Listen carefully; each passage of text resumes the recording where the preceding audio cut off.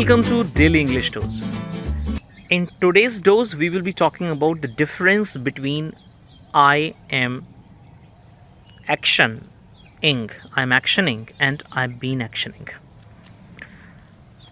जब भी किसी काम को आप जिस क्षण में कर रहे हैं और उसी क्षण में उसके बारे में बोल रहे हैं तो आप कहते हैं आई एम एक्शनिंग.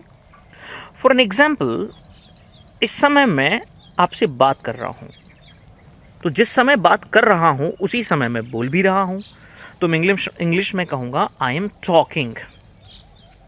पढ़ा रहा हूँ, आई एम टीचिंग.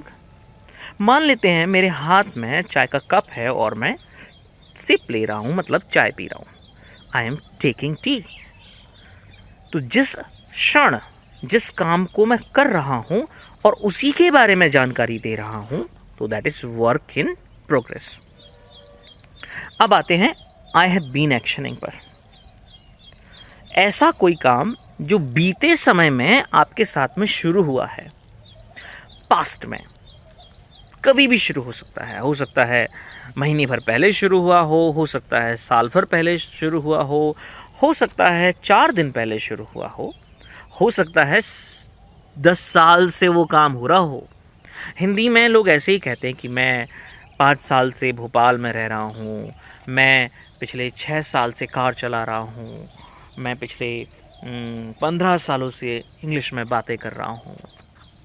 तो देखो ना, काम कब शुरू हुआ था, किसी बीते पास्ट में, और आज तक वो काम कंटिन्यू है, तब कहते हैं आई हैव बीन एक्शनिंग. और जब आप इस सेंटेंस को बोलते हैं तो आपका अनुभव भी इसमें आ जाता है, मतलब आप अनुभवी हैं. क्यों? आप लंबे समय से इस काम को कर रहे हैं ना. I have been teaching, I have been talking, I have been driving. तो अभी ड्राइव कर रहा हूँ, आई एम ड्राइविंग. बहुत पहले से ड्राइव करता आ रहा हूँ, आई हैव बीन ड्राइविंग. अभी खाना बना रहा हूँ, आई एम कुकिंग. काफ़ी पहले से बनाता आ रहा हूँ, आई हैव बीन कुकिंग.